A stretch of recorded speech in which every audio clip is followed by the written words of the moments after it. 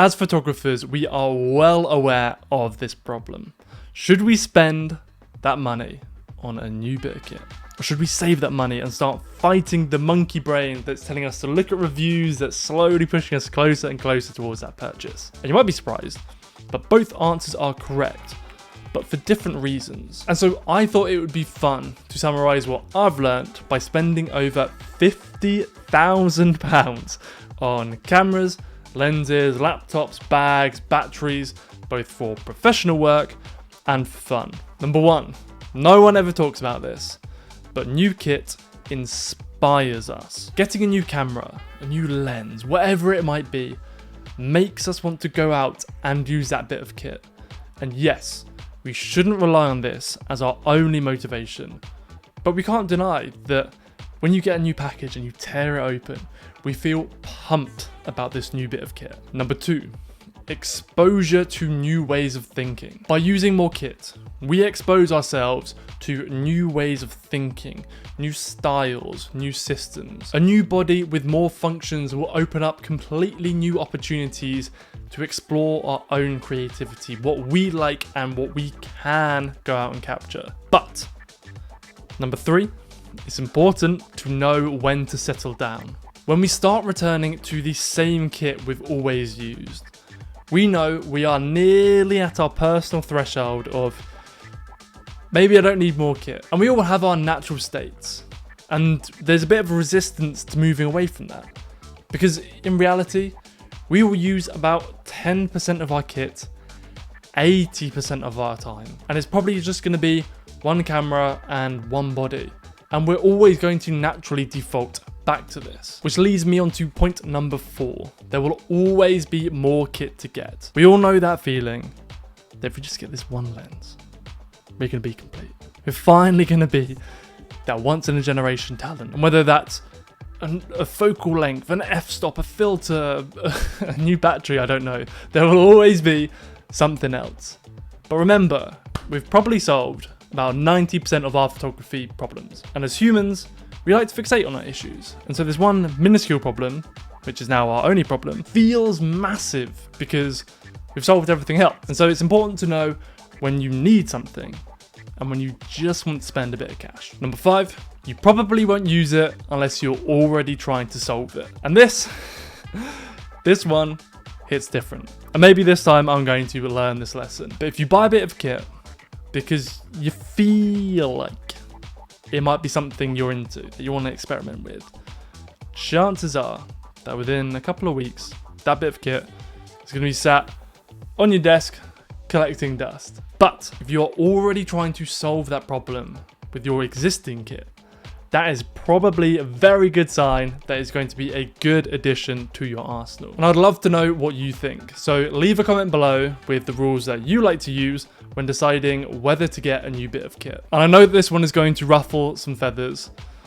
Number 6, you can't afford it. If you or I have to move money a little bit here, a little bit there, we have to sell this little bit of kit, we have to wait for this particular offer, realistically, this kit is probably out of our price range.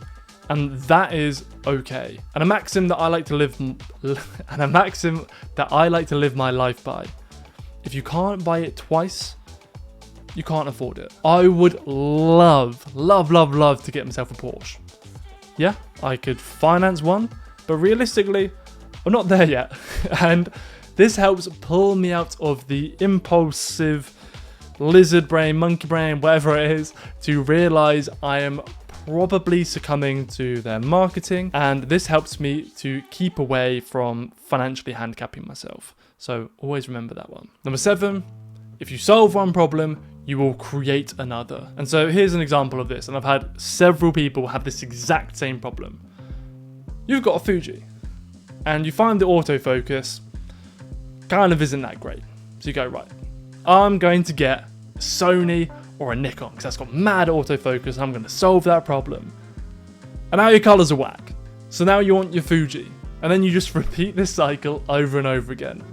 And so it's important to understand what problem that you are willing to put up with in order to get all the other benefits that come with that system. Number 8, faster memory is always worth it. It's an annoying expense, and I didn't realize I needed a memory card when I first bought a camera.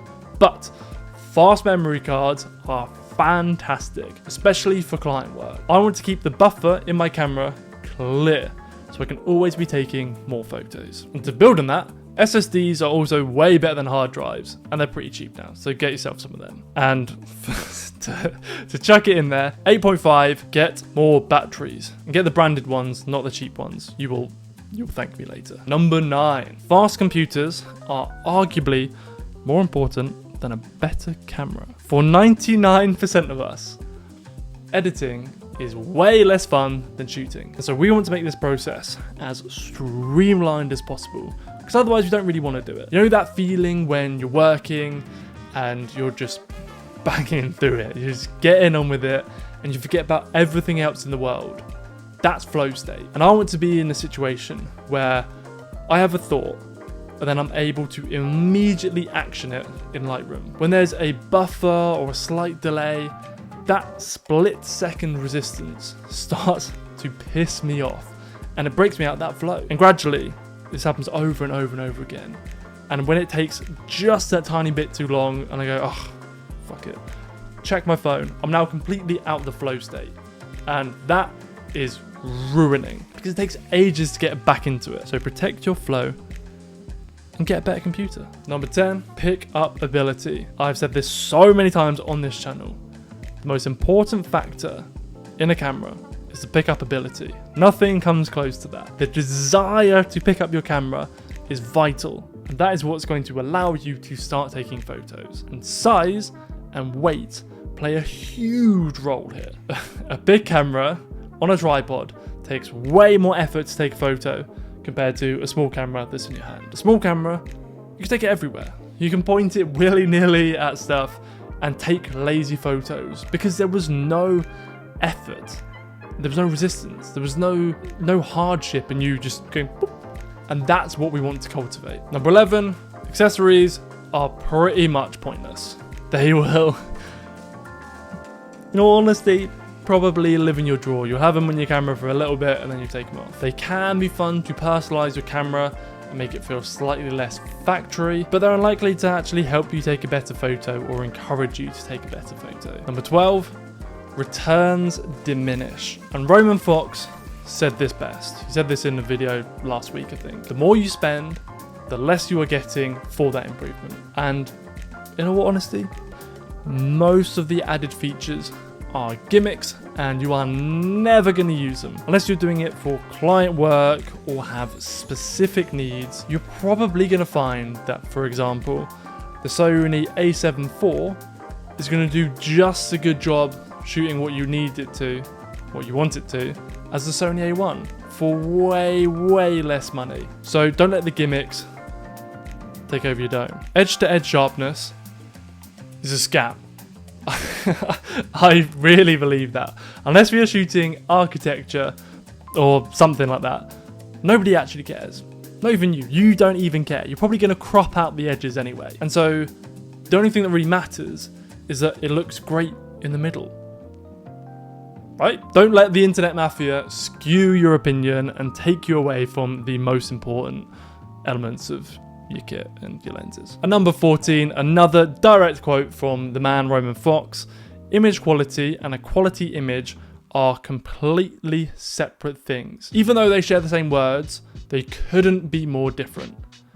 A 1 megapixel, slightly out of focus image of an insane moment in beautiful light is way better than a perfectly exposed image taken on the latest Phase 1 Hasselblad collaboration medium format 3000 megapixel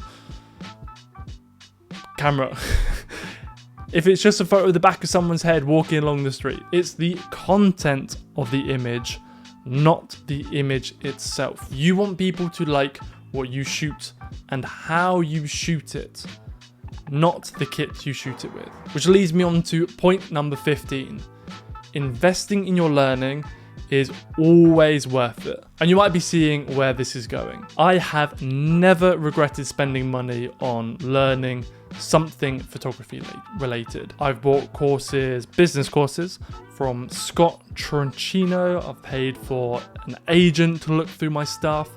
I've done lighting courses from Carl Taylor and Fig and Light. I've learned street photography in workshops with Matt Stewart, as well as reading, you can't see it, but I've got a stack of books over there from the greats like Joel, from Martin and Trent. And every single time I come away having learned something new, which helps me get closer to my goals as a photographer, whether professionally or for fun. And I'm sure as a photographer, like me, you are a visual learner. And I always felt like there was nothing on the market that was really built for us, nothing that was simple to understand combined with beautiful images that describe that concept, which is why I created Street Tools, which is a comprehensive guide to photography for all skill levels. And so if you've enjoyed any of my videos or the images that I've taken, I'm sure you would learn a lot from the book, which is linked down in the bio. And if you want to learn more about photography, then click on this video here.